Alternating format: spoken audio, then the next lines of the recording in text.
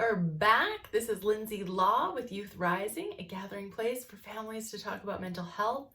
And today we are finishing up our interview with Janice McCullough, a sleep coach. She's got some more amazing nuggets to share with us. So here we go. So Janice, let's say like you have a teen or you are a teen that's already struggling with your mental health. Maybe you're feeling a lot of anxiety or feeling depressed.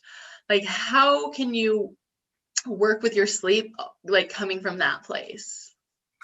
Well, there's a bunch of different strategies. So number one, if you're having difficult with your mood or your thoughts prior to falling asleep. So first of all, if you're having racing thoughts and you can't get to sleep, don't stay in bed while you're having those issues, right? So it's important that we're not sitting in bed going, I can't fall asleep. I don't like, and struggling with that. So if you're not tired, those racing thoughts are bothering you, get up and go do a relaxing activity that you enjoy. Which probably needs to not include your phone. Yes. So a non-electronic. Yes. Just throwing that out there. Yes, I should clarify. Thank you. No, that's okay. And then the other point is sometimes what happens is we say, okay, just don't think about that worry. Don't think about that thing that's making me upset. And it's kind of like telling you right now not to think about that thing on my shelf. The minute I say don't think about it, the first thing that's popping into your head is what's that thing on my shelf, right? Totally. And so I generally recommend if the thoughts come, let them come. Yeah. Right. It's more like acknowledging them and allowing them, because if we resist them, they just push back. Exactly. And so I use the analogy. I like analogies. So I use the analogies of watching and sitting on your front step of your house and watching an ant walk across the cement, right? So it's there. You might not like ants, right? You're just watching it, acknowledging that it's there, and then you kind of move on. If you start to think, I don't want to think about that ant, all you're going to focus on is that ant, and then all of a sudden you're going to see like 10 other ants. Right. Well, anthill, right? And so just acknowledging it and allowing that to flow through. Oh, I like that analogy. Yeah. And I find that it helps if you can visualize it moving it past, right? So some people like visualization, other people don't. Mm-hmm. And so anytime I make a recommendation, it's what works for you. And so sometimes that might take a little bit of experimentation and, try something. Oh, I didn't like that. Try something else. And that's okay. Another thing is finding a relaxation method that works for you before bed. Right, because that's not the time to be figuring it out. Because again, we already know our executive function is not working at its highest level. Exactly. So having a plan in mind, I'm going to try this tonight, or I'm going to do this, and realizing that relaxation, just like learning to play basketball, just like learning to ride a bike, takes practice. Right. So it's not something that you can I tried it one night and it didn't work, so I'm going to give up on it. Right. If you tried it one night and it didn't work, maybe try it a couple more times. You don't have to try it the next night, but you can try it again to see if you like it, to see if maybe with practice it gets better. If there's a time in the day that you're less anxious, it's a great time to practice doing some relaxation. And it kind of seems counterintuitive, because why would I practice relaxing if I'm less anxious or less? The reason for that is you're practicing in a time where you have more success, right? So you're training your body to have success in a time that, and then you go and you use it in the moment. We don't use deep breathing. Like if you're thinking about deep breathing, you don't go into a stressful situation and do deep breathing for the first time. Right. You have to establish the habit and the practice before you get to that situation where you really need it. And I think that really ties into like, if you're already having anxious thoughts or depressing thoughts, like these are techniques you have to have practiced before you're kind of like in the moment having a lot of anxiety. Yeah, exactly. And then realizing what those stressors are. So what is it that is a trigger for you, right? Are there things that you can change in your lifestyle or in your daily routine that lessen some of those triggers? Sometimes we can't. Sometimes the trigger might be going to school, and that's something that's really not a negotiable. But maybe you can make adaptations to certain aspects of that. Maybe you take those daily pauses and you take a break during school. You know, when you talk to the school counselor, is there room I can take a half an hour break in to kind of decompress, Right. or a minute break in, or you go for a walk at lunch or something like that.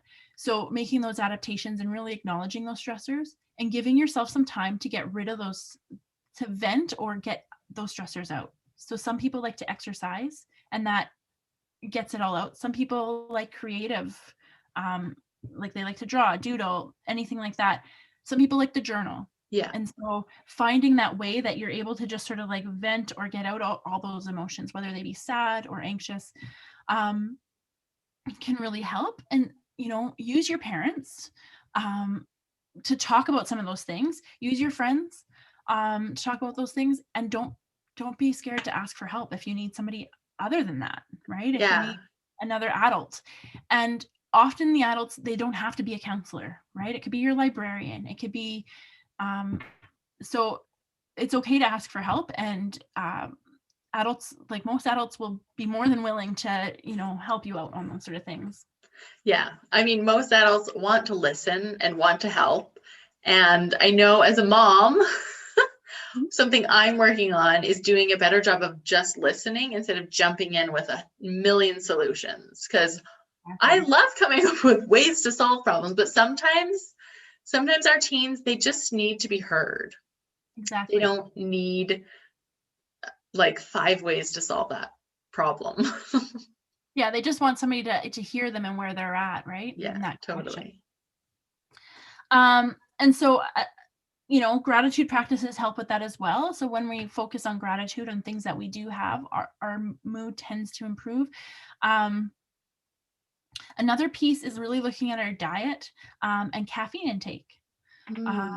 So caffeine and anxiety are linked, right? So you'll feel more anxious when you have more caffeine. If you're not getting good sleep, you'll drink more caffeine. And realizing what it is that we eat and what it is that we consume that does have caffeine in it, right? So we all know that caffeine's in coffee, but in sports drinks, and so realizing when that actually impacts. And so generally speaking, I recommend if you do drink coffee or if you drink caffeinated beverages, really being aware of not drinking it too late in the afternoon, things like that. And that's a good rule of thumb for everybody, but specifically if you're experiencing anxiety. That makes sense. Yeah. And I think I've touched on this, but I want to touch on it a little bit more, is having that routine in place. Because again, if you're struggling with your own mental health, routines can be really a security blanket, right? It decreases the decisions you have to make, but it becomes, this is what I'm going to do, and I feel safe and comfortable in that. Right. You've like decided ahead of time what is going to be helpful and what you like. And because in the moment, we don't want to do it. Like, we don't want to do those things that are good for us, right? We want to eat the chips instead of the apple, or stay up on our phone instead of like reading a physical book that's not going to have the blue light, right? And so it's a matter of like, deciding ahead of time what is in our best interest. Yeah. And I'd be really remiss to forget to talk about a thyroid. Okay. So thyroid often, if you have issues with your thyroid, you often have mood issues as well as the hormones that are released through the thyroid help with sleep. And so in teenage years, thyroid issues can come up. And so sometimes parents will kind of say, well, that's like you being a teenager, like that's because you don't get a good night's sleep. But I always say, okay, if you're already struggling with mental health and you're struggling with sleep, it's always good to get that baseline and to make sure that everything is running the way it needs to for you. Right. So what would be the signs then, like that there was maybe a thyroid issue? Well, sometimes it's hard to tell. Right. Sleepiness, moodiness, all of that can be and have been related to thyroid concerns. Generally speaking, I would talk to a doctor. A family history would also be. Weight gain can be, or weight loss when you're not trying to lose, can also be an issue. So it really depends on what's happening there. Right. So maybe if you've already tried implementing like a lot of these daily habits and routine and things that we know are good for sleep, and you're still struggling, then it's like, okay, maybe we should go talk to the doctor about the thyroid. Exactly. Yeah. So That makes sense. Yeah, so that's, for generally speaking, those are my top tips. And then you can always, if you are struggling with depression or anxiety, looking into CBT or cognitive behavioral therapy, and or CBTI for specifically for sleep, and helping address some of those thoughts in the moment.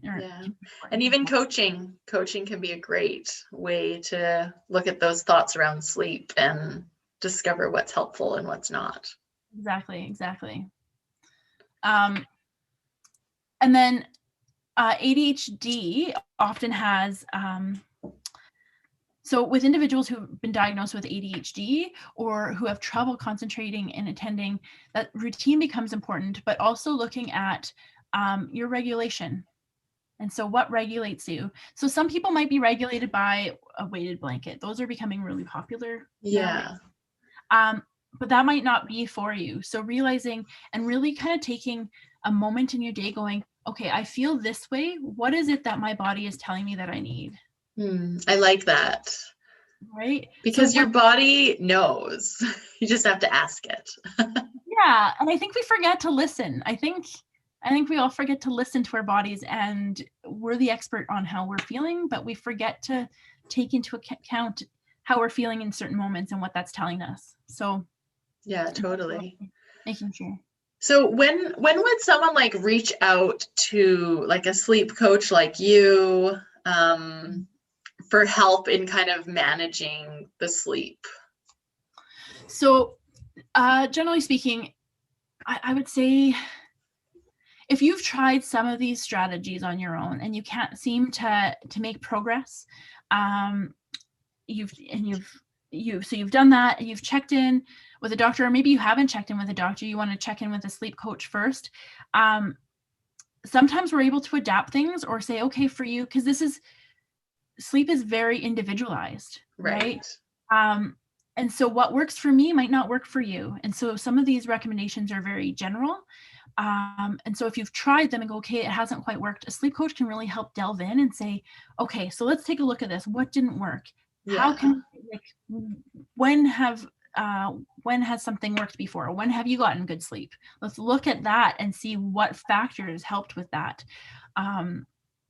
So, and it's always good. Most sleep coaches, like I know myself, I do a free discovery call. So I will often talk and kind of give you some ideas of things that you might want to look at or things that you might want to examine a little bit more closely or work on. And then also if you're looking for outside help, you want to just, once you've done that work where you've kind of examined, you've done the behavioral and the kind of routine stuff, and you've placed all the things that you think you need to get good sleep in place, and you're still having trouble sleeping, then you want to look at a health professional and specifically snoring. So usually we look at snoring as something that, our dads do. Never moms, or moms in this case in my house. Right. And so like often we think of it as like an older person issue. Like that's not something, but snoring in kids and teens happens. And if it is happening, it's always, always, always something that you want to check out. Yeah. Okay. That's good to know. And open mouth breathing and things like that, because there's a lot of, breathing can impact your sleep, and you purposely, like if we look at development, we're purposely in lighter stages of sleep earlier in our development so that we wake up when our breathing isn't working properly. Right. So if you're having these frequent wake ups, it could be iron or it could be all of this other stuff, but it could also be the fact that your breathing isn't working the way it should while you're sleeping. And so your body, as an emergency wake up startle system, says, wake up, and then you're awake and you're alert because your body has pushed cortisol through your system or adrenaline through your system to wake you up so that you continue breathing. Right. It's trying to keep you alive and safe, which is good. We're glad that that's there, but that may be like something you need to look into so that you can actually get back to sleeping without that problem. Yeah. And so Janice, if people wanted to reach out to you for help with sleep, like, is there a way they can connect with you? Yeah, so I'm always willing, so they can always email me at restisbest, so RESTISBEST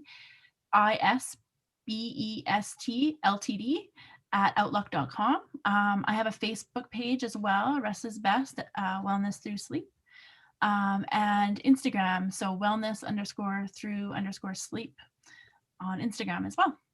Awesome. And I can put those things in the comments below as well. So thank you very much. Yeah. Well, thank you so much, Janice. I feel like I know like 500 times more about sleep. And my poor teenagers are going to get an earful. But Oh man. Really appreciate you taking the time to talk with me today. And yeah, so awesome. Thanks for having me.